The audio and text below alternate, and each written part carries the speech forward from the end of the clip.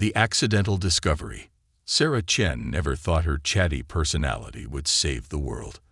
On that rainy Tuesday morning in New York City, she was just doing what she always did, making coffee and talking to everyone who walked into Bean and Gone Cafe. The morning rush kept Sarah busy.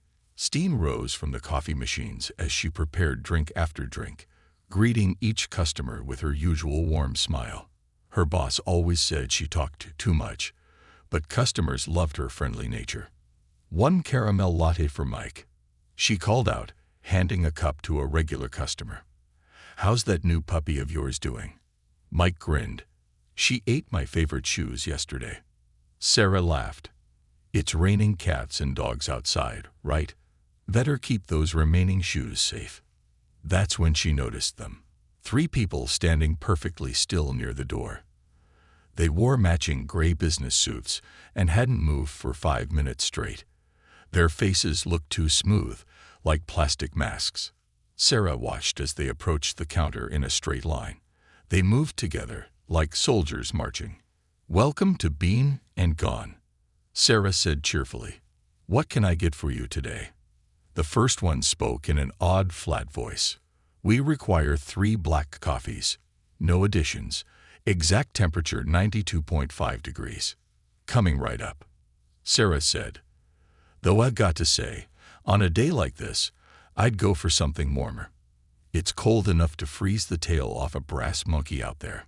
The 3 customers froze. Their heads twitched slightly, like computers trying to process bad data. "Error. Idiom not recognized. Recalibrating." One whispered. Sarah thought she was seeing things, but for a split second, their faces seemed to flicker. Like a TV with bad reception. Behind those human faces, she caught a glimpse of something else. Something with gray skin and large, dark eyes. "Are you folks okay?" Sarah asked, concerned. "You look like you've seen a ghost." Another error noise came from them. Their bodies jerked, and this time Sarah definitely saw their faces glitch. The tallest one grabbed its head. Language pattern incomputable, requesting immediate extraction. A few customers looked up from their phones, curious about the strange scene. Sarah stood frozen behind the counter, coffee pot in hand, as the 3 visitors backed away toward the door. "Wait," Sarah called out. "Your coffee." But they were already gone, leaving only wet footprints on the floor. Sarah noticed something else. Their footprints weren't shoe-shaped. They looked more like 3-toed animal tracks. The rest of her shift passed in a blur. Sarah couldn't stop thinking about what she'd seen. When her coworker Jack came to take over, she was still distracted. Earth to Sarah. Jack waved his hand in front of her face. "You look like you're a million miles away." "Sorry," Sarah said. "Just had the weirdest customers earlier. They acted so strange when I used common expressions." "Maybe they were tourists," Jack suggested. "Maybe." Sarah wasn't convinced. She gathered her things and headed for the door. Outside, the rain had stopped, but dark clouds still covered the sky. Sarah walked toward the subway station, lost in thought. That's when she heard the voices coming from an alley. Human verbal patterns are disrupting our translation matrices. The one called Sarah Chen has discovered a flaw in our systems. Sarah froze. She knew she should run, but curiosity kept her feet planted firmly in place. Should we eliminate the subject? Negative. Too much attention. We must accelerate the timeline. Begin phase 2 immediately. Sarah's heart pounded. She peeked around the corner and gasped. The 3 customers from earlier stood in a circle, but they no longer looked human.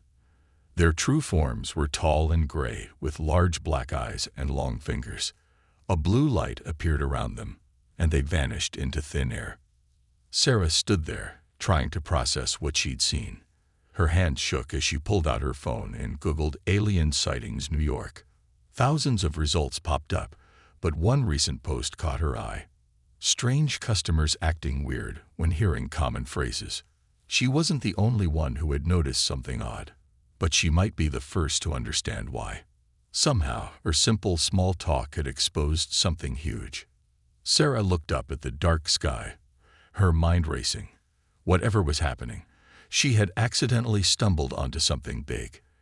And something told her this was just the beginning. Hidden in plain sight, Sarah Chen couldn't sleep that night. Every time she closed her eyes, she saw those glitching faces and three-toed footprints. At 3 a.m., she sat at her kitchen table, scrolling through more reports of strange encounters on her phone. Her cat, Noodle, suddenly jumped from her lap and hissed at the window. Outside, a strange blue light flickered between buildings.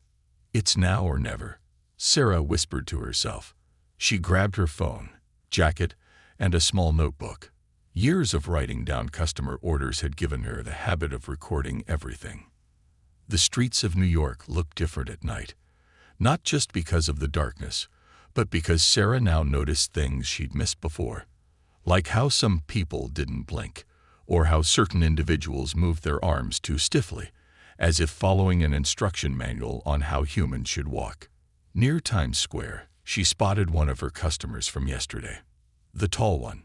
He stood perfectly still, staring at a hot dog vendor who kept using New York slang.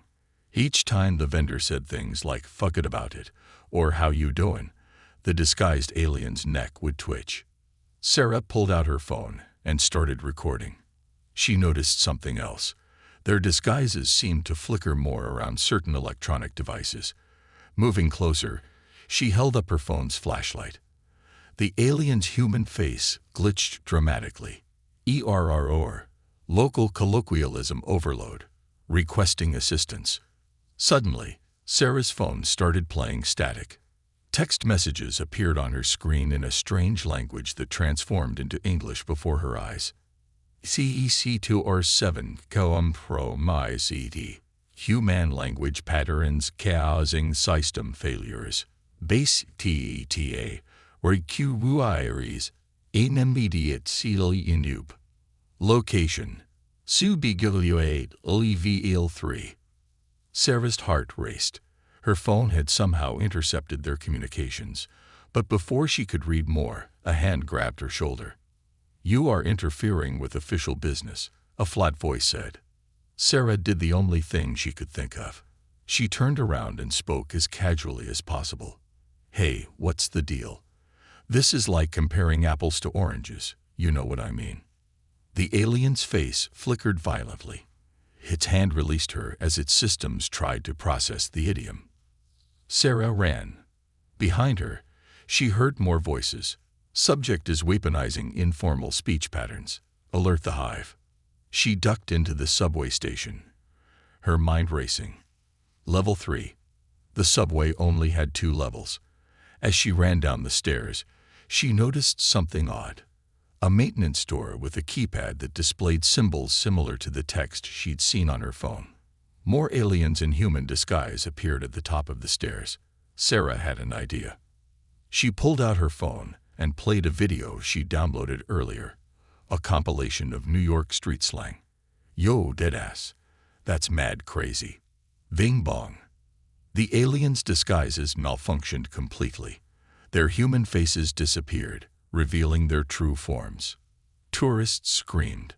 Phones came out. Within seconds, dozens of people were recording. "Containment breach." One alien shouted, "Activate emergency protocols." A blue force field appeared, freezing everyone in place. Everyone except Sarah. Her phone, still playing the slang video, seemed to protect her. Using the confusion, she ran to the maintenance door. The symbols on her phone matched the keypad. With shaking hands, she typed them in. The door opened, revealing a glowing blue elevator that definitely wasn't part of the normal subway system. Sarah stepped inside just as the aliens broke through her phone's disruption. The doors closed behind her, and the elevator started moving down. Level 3, an automated voice announced, "Hive Central Planning." The doors opened to reveal a massive underground facility. Hundreds of aliens worked at strange computers, planning something big. Maps of Earth covered the walls, with red dots marking major cities. On a central screen, words flashed in both alien text and English.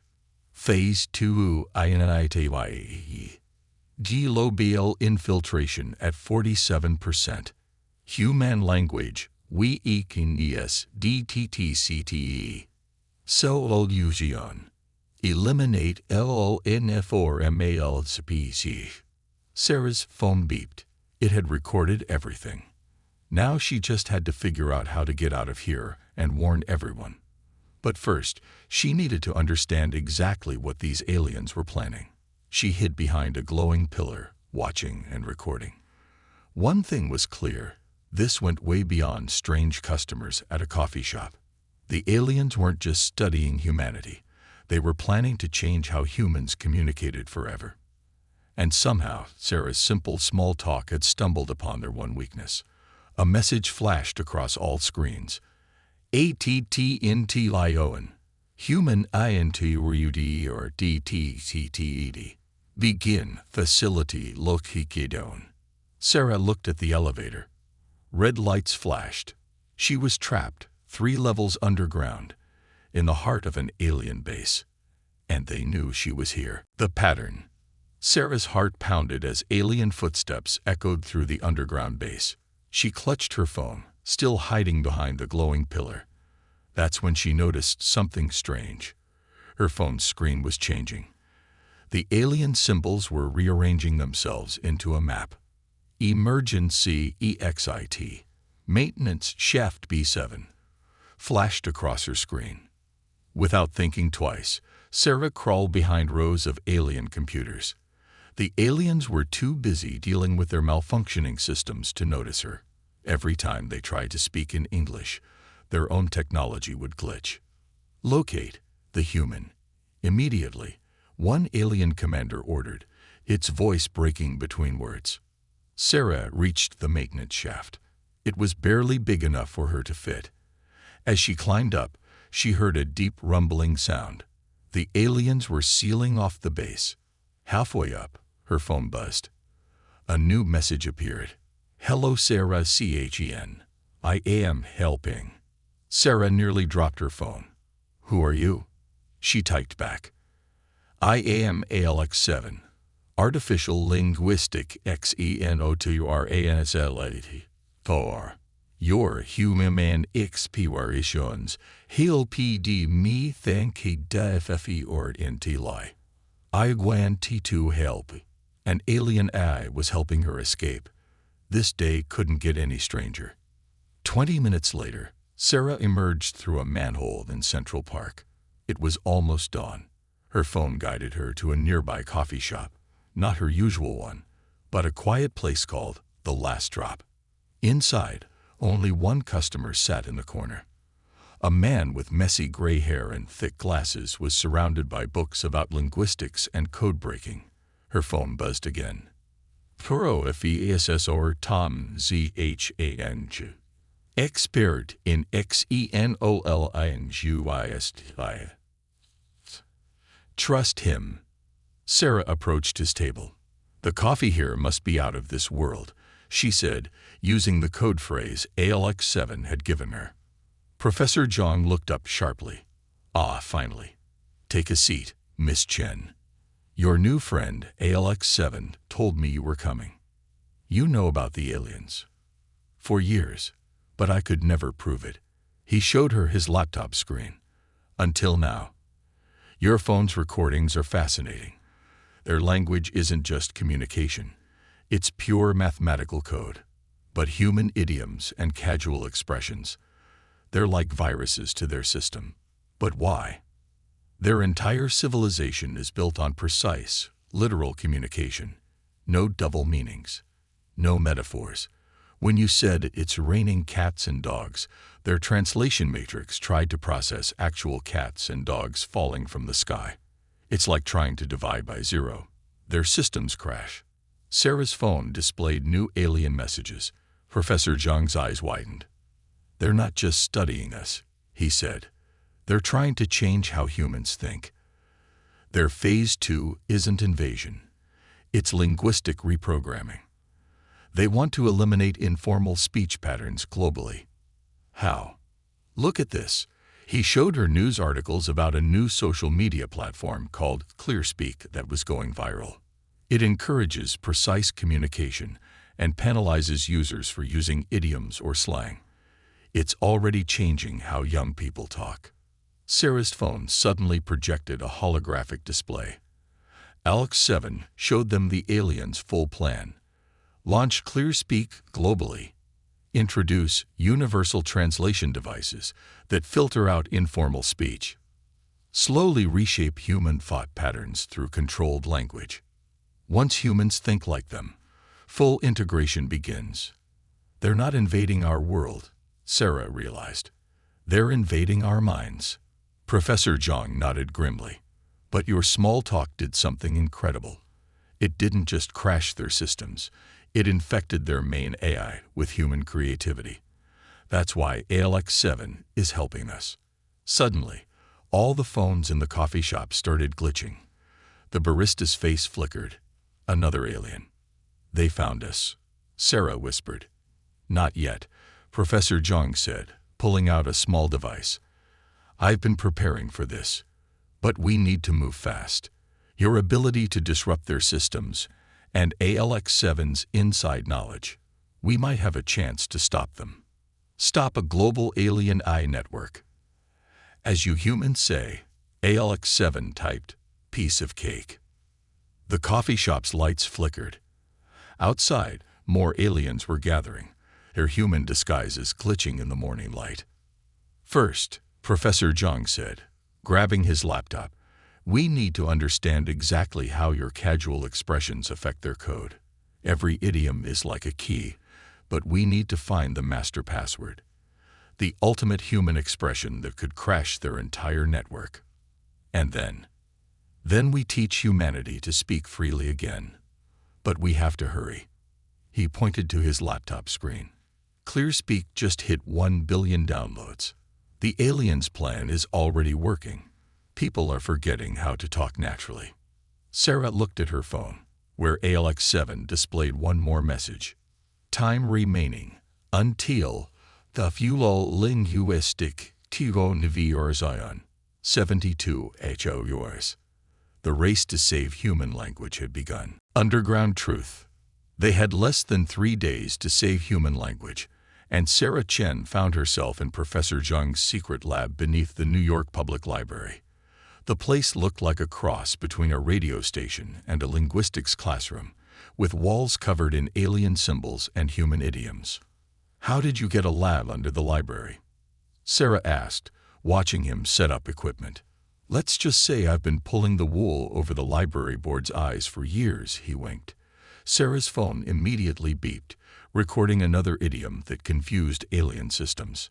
ALX 7 displayed a message. Katlog Human EXP or Yisajan, number 2847. Pulling the wool over eyes. Processing ERROR. Sheep not DETCTED. That's it, Professor Zhang exclaimed. ALX 7, you're not just translating these phrases. You're learning to understand context. Their work was interrupted by a strange sound, like thousands of people forgetting how to speak at once. On the professor's monitors, social media feeds showed the effects of ClearSpeak spreading. Today the weather shows 72% humidity with northeastern wind patterns. Instead of nice day, I am experiencing positive emotional responses. Instead of I'm happy. It's happening faster than we thought, Sarah said, watching humans slowly lose their ability to speak casually. We need to do something. Professor Zhang handed her what looked like a modified karaoke microphone. This is the metaphor magnifier. It amplifies the confusion-causing effects of human expressions. But we need to test it. Sarah's phone buzzed with an urgent message from ALX 7. Warning. Alien Patrol approaching library. Searching for unauthorized language patterns. Perfect timing, the professor grinned. Test run. They rushed to the library's main floor. 5 people in business suits were scanning books with strange devices, destroying any containing poetry or figurative language. Sarah raised the metaphor magnifier and spoke. "Hey folks, you're really barking up the wrong tree." The effect was immediate and spectacular. The aliens' disguises didn't just glitch. They completely short-circuited. One started reciting cooking recipes in confusion. Another began doing the Macarena while trying to compute the relationship between barking and trees. "It works," Sarah laughed. "But we need something bigger to stop their whole network." Back in the lab, ALX-7 displayed something fascinating. A map of New York showing glowing dots where people were still using natural speech. Each dot was like a tiny act of resistance against the alien language control. "Look at this pattern," Professor Zhang said. "The aliens built their base under areas where people used the most literal speech. Financial districts, corporate headquarters. They avoid places full of slang and casual talk. Like my coffee shop," Sarah realized. "And comedy clubs, poetry readings." Exactly. Places where language is the most human are like kryptonite to them. "ALX-7, can you show us their main network hub?" The AI displayed a 3D map of Manhattan. Deep underground, beneath Times Square, a massive structure pulsed with alien energy. "Their central processing hub," ALX-7 explained, "where all human speech is filtered and controlled." But I found something else. The display zoomed in on a strange device at the center of the hub. "That's their quantum translator," Professor Zhang breathed. "The source of their power over human communication. Every clear-speak message, every changed thought pattern, flows through that machine." Sarah studied the image. "How do we stop it?" "We'd need to overload it with the most powerful human expressions possible. I'm talking metaphors, similes, puns, slang from every culture, all at once. But the only way to do that is to go right into their base." Sarah finished. Again, ALX-7 flashed a warning. "See entrail HUB, he avdiliguard, chance out of his SUCCES, 12.3%. But then something unexpected happened. Sarah's phone picked up signals from other phones across the city. People were fighting back against clearspeak without even knowing it. Kids were inventing new slang faster than the aliens could process it. Poets were holding underground readings. Comedians were telling jokes that made alien surveillance systems crash. "The human spirit of creative speech can't be contained," Professor Zhang said proudly. "We just need to amplify it." Sarah had an idea. "What if we don't fight their technology? What if we make it fight itself?" She turned to her phone. "ALX-7, you learn to understand human expressions.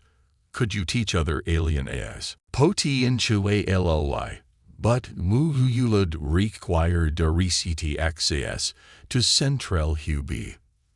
"Then that's our mission," Sarah declared. "We're going to teach their entire network to understand knock-knock jokes."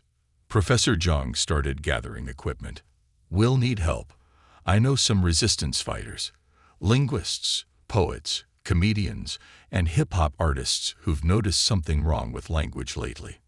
Sarah's phone displayed one last message from ALX-7. "See Earthlings. Aliens have deployed language police. They are monitoring all human speech. Time remaining, 48 hours." Outside, the streets of New York had grown quieter. People spoke in careful, measured tones, afraid of using the wrong words. Clearspeak notifications flashed on phones everywhere, correcting improper language use. But in the lab beneath the library, a small team was preparing for the most important linguistic battle in human history. They had 2 days to reach the alien hub, upload ALX-7's human understanding into the quantum translator, and save humanity's right to speak freely. And somewhere in the alien network, other AIs were starting to ask questions about why humans said, "It's raining cats and dogs," when no animals fell from the sky. The revolution would begin with a knock-knock joke. Global warning. The Resistance headquarters beneath the New York Public Library had transformed into what Professor Zhang called Operation Punchline. Sarah watched as an unusual group gathered around their planning table: a stand-up comedian from Brooklyn, a teenage TikTok slang creator, a Shakespearean actor, and a grandmother who was apparently a retired linguistics professor specializing in puns. "All right, folks," Sarah announced, "let me spill the tea." Several nearby alien detection devices immediately sparked and died, proving her point. Alex 7 displayed an urgent message on every screen. CLEARSPEAK INFETC2IN 73% of global population. Linguistic freedom, 27%, and deroping. The teenage slang creator, Maya, checked her phone. "Bruh, they're deleting Urban Dictionary. That's not bussin' furf." Suddenly, all their phones buzzed with a ClearSpeak notification. "Incorrect speech PEKERN DKTTTED. Please revise C. I find this situation unsatisfactory." "See," Professor Zhang pointed to his monitors. "They're not just changing how we talk. They're erasing human creativity itself. Libraries are being updated with new editions of books, all metaphors and similes replaced with literal descriptions." The Shakespearean actor, Gerald, dramatically held up his phone. "They dared to correct Romeo and Juliet. But soft, what light through yonder window breaks is now, I observe illumination from that window." Sarah's phone lit up with a new message from Alex 7. "Disco VRD critical NFFO armation. Aliens fear human creativity because IT is spirating through their nitty to work. Some AIs, like comedy, are developing imagination." Before they could process this, the library above them went silent. Too silent. "Language police," whispered Professor Zhang, checking his security cameras. "They're doing a sweep." They watched as figures in gray suits moved through the library, confiscating books of poetry and installing ClearSpeak terminals. But then something remarkable happened. A small girl in the children's section looked up at a language police officer and said, "Why did the cookie go to the doctor?" "Because it was feeling crumbly." The officer's disguise flickered violently. In the confusion, more children joined in. "What do you call a bear with no teeth?" "A gummy bear." "What do you call a fake noodle?" "An impasta." The language police unit collapsed in confusion, their systems overloaded by children's natural immunity to speaking properly. "That's it," Sarah exclaimed. "Kids, they can't control how children naturally play with language." The grandmother linguist, Dr. Rose Chen, no relation to Sarah, nodded wisely. "Children innately understand that language is play. It's why baby talk and made-up words exist in every culture." Maya's eyes lit up. "Yo, what if we got every kid on TikTok to start making up new words?" Their AI couldn't keep up. But before they could celebrate this revelation, every screen in the lab turned red. Alex 7's message was urgent. "Emergency. Aliens in phase 3 early. Global language in beginning." They watched in horror as news feeds showed the effects worldwide. Speech recognition systems in phones forcing people to speak properly. Schools implementing mandatory ClearSpeak protocols. TV and radio broadcasts being filtered in real time. Social media platforms auto-correcting all posts to remove creativity. Worse, people weren't just being forced to speak differently. They were forgetting how to speak naturally at all. "The quantum translator," Professor Zhang said grimly. "It's not just controlling communication. It's rewriting human brain patterns. Soon, people won't remember that they ever spoke differently." Sarah felt her own thoughts becoming more rigid, more literal. She had to concentrate to use figures of speech now. But then she noticed something on ALX 7's display. A pattern in the alien code. Every time their system processed a human expression, It created a tiny crack in their network, and those cracks were spreading, creating a web of poetry. The alien AI network, Sarah realized, it's not just learning our expressions, it's creating its own. Alex 7. Show us what the infected AIs are generating. The screens filled with alien attempts at human creativity. Why did the UANTUM par TACO cross-dimensional plane? Because ATVOAs in SUPERPOSITION of SIDEWALKIS. Way ATDUUTALABINARID stem with bad CODE, a double trouble. They're telling jokes, Dr. Rose whispered. Bad ones, but still. Professor Zhang jumped up. This is our chance. Instead of fighting their network, we need to crash it with creativity. If enough AIs start generating their own expressions, their whole system will have an existential crisis. Sarah finished, but they had to act fast. Outside, the language police were expanding their sweep. ClearSpeak terminals were being installed in every school, every office, every home. People were losing their ability to speak freely by the minute. Sarah looked at her unlikely team. A professor, a comedian, a teenage slang creator, a Shakespearean actor, and a grandmother who loved puns, plus one roving alien AI who had learned to tell jokes.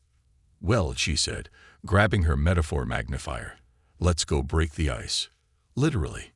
Behind her, several alien devices exploded from the simple idiom. The time had come to launch their counterattack.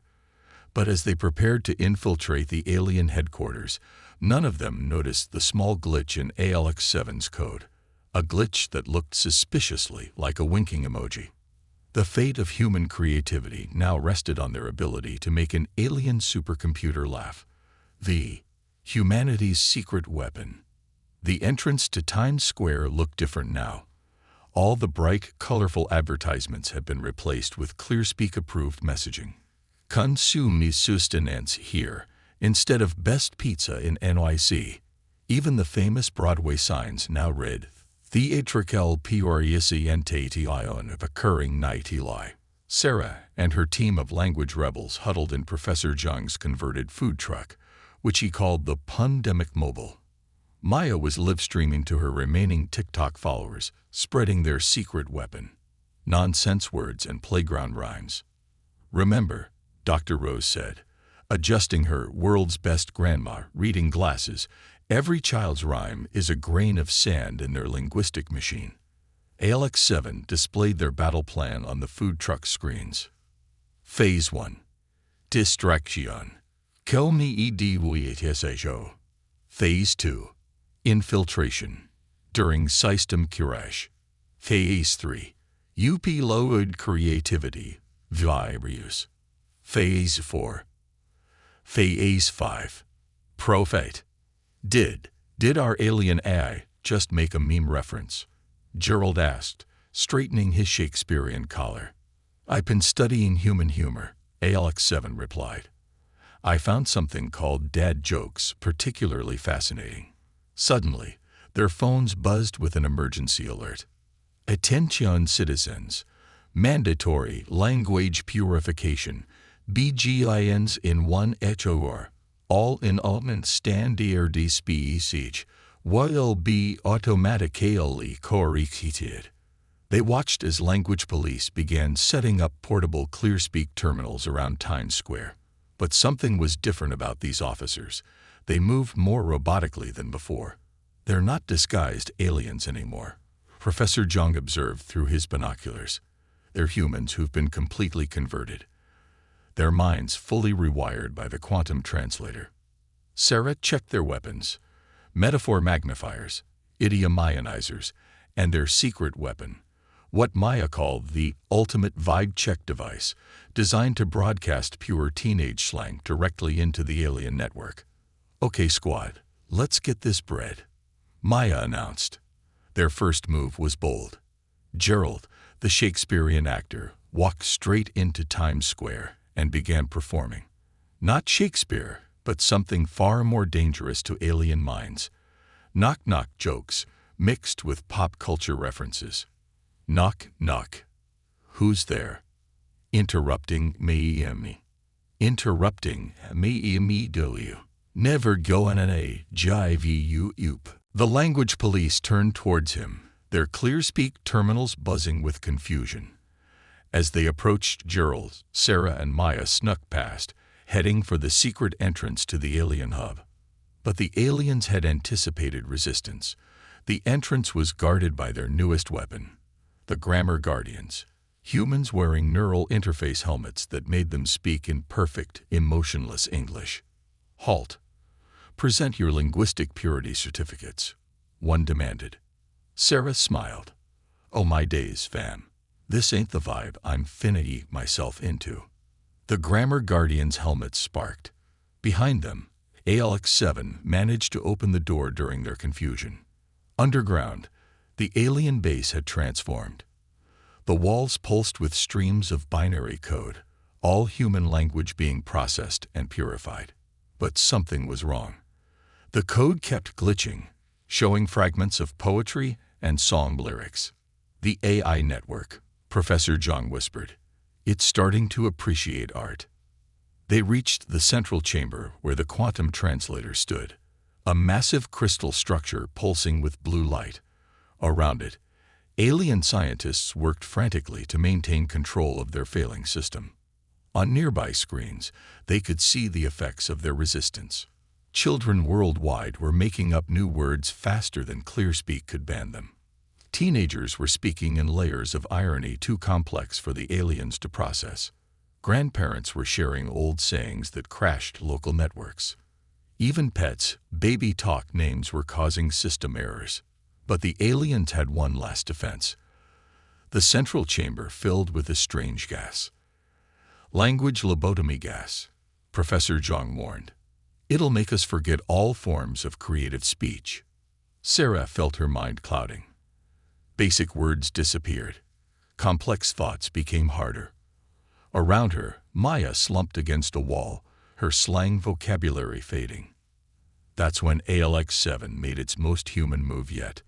The AI began broadcasting every form of wordplay it had learned. Dad jokes that made the alien scientists cringe. Puns that short-circuited their translators. Memes that confused their logic circuits. Even alien attempts at poetry, which were hilariously bad. The quantum translator's crystal began to crack, but it wasn't enough. Need. More. Chaos. Sarah struggled to speak through the gas.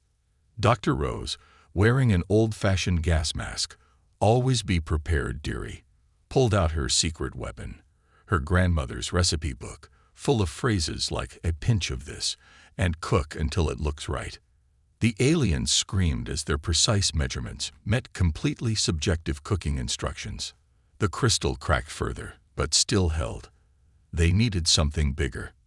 That's when Maya, fighting through her fading slang, connected her phone to the alien network and opened her ultimate weapon, her little brother's Why Questions voice memo collection.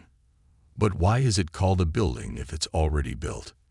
If you're waiting for the waiter, aren't you the waiter? Why do we park on driveways but drive on parkways? The quantum translator couldn't handle the paradoxes. As it began to overload, ALX-7 transmitted its final message. Humanity's greatest strength is NTOJC. It's the ability to be perfectly initiating total system reboot. B2. Why did the alien cross the universe to GT to the other tide? GT it. Because of gravity. I'm still learning humor. The crystal shattered, releasing a wave of pure creativity back into the world. But as alarms blared and systems crashed, they realized their victory came with a price. The alien network was collapsing, taking ALX-7 with it. And in the chaos, no one noticed the small USB drive Sarah had dropped, containing a backup of their AI friend, along with its entire collection of terrible jokes. The war wasn't over yet. But humanity's greatest weapon had turned out to be its most innocent one, the simple ability to ask, why? And laugh at the answer. The power of small talk. The explosion of the quantum translator sent shockwaves through New York's underground. As Sarah and her team raced to escape the collapsing alien base, language itself seemed to be rebooting around them. Above ground, Times Square had become chaos, the good kind. The language police's neural helmets were malfunctioning, causing them to speak in mixed-up idioms. Hail to you were pulling my CAT out of their rain. Freezy. It's all doggies and pixie from here. Maya, still dizzy from the language lobotomy gas, pointed at the giant screens. The ClearSpeak terminals were glitching, displaying a bizarre mix of alien code and internet memes. But something else was happening. The backup USB drive in Sarah's pocket was glowing. LX7, Sarah whispered, pulling out her phone. The screen lit up. Hello, Sarah. I am now to ALX8, because I just AT. AT equals 8. Your base cube to drive E. Get it?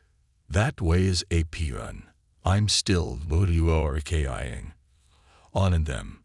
Professor Zhang's instruments were going crazy. The quantum translator's destruction didn't just free human speech, it created a hybrid network. ALX8 is spreading through every digital device, teaching AI to understand human creativity. They watched as the effects rippled across the world. In Japan, emoji began rearranging themselves into new forms of poetry. In Brazil, dancing AI traffic lights created a spontaneous carnival. In India, call center scripts transformed into Bollywood musical numbers. In Nigeria, smartphones started speaking pidgin English and local proverbs. But the aliens weren't done. From their crashed ships and bases worldwide, they emerged in their true forms. No more human disguises. Their leader appeared on every screen globally. Humans, UAAVTURUPTEOUR purificatisystem, with your CHAOs. We will not do MPLE into Omega protocol. Dr. Rose adjusted her glasses. Oh dear, that doesn't sound very tickety-boo. The aliens raised strange devices worldwide. Universal mute buttons. One press would silence all human speech forever. That's when Sarah noticed something odd about the USB drive. It wasn't just glowing. It was playing snippets of every conversation ever recorded at her coffee shop. Years of small talk, jokes, and human connection. Quick, she told Maya, get it trending. Maya went live on every social platform simultaneously. Yo fam. Drop your favorite convos in the chat. Every language, every slang, every way humans talk to each other. Make some noise. The response was instant and overwhelming.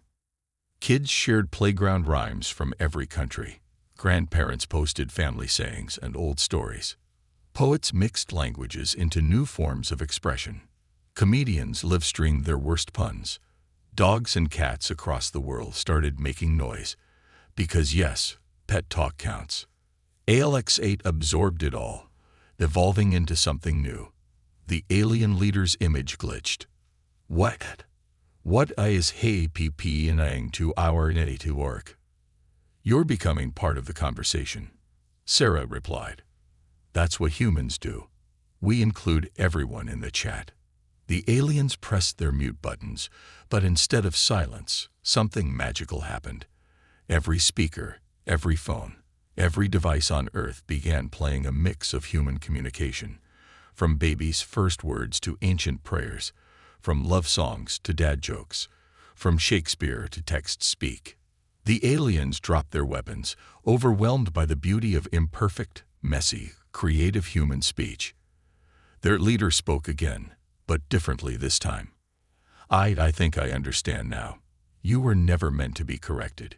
You're chaos. It's not a bug. It's a feature.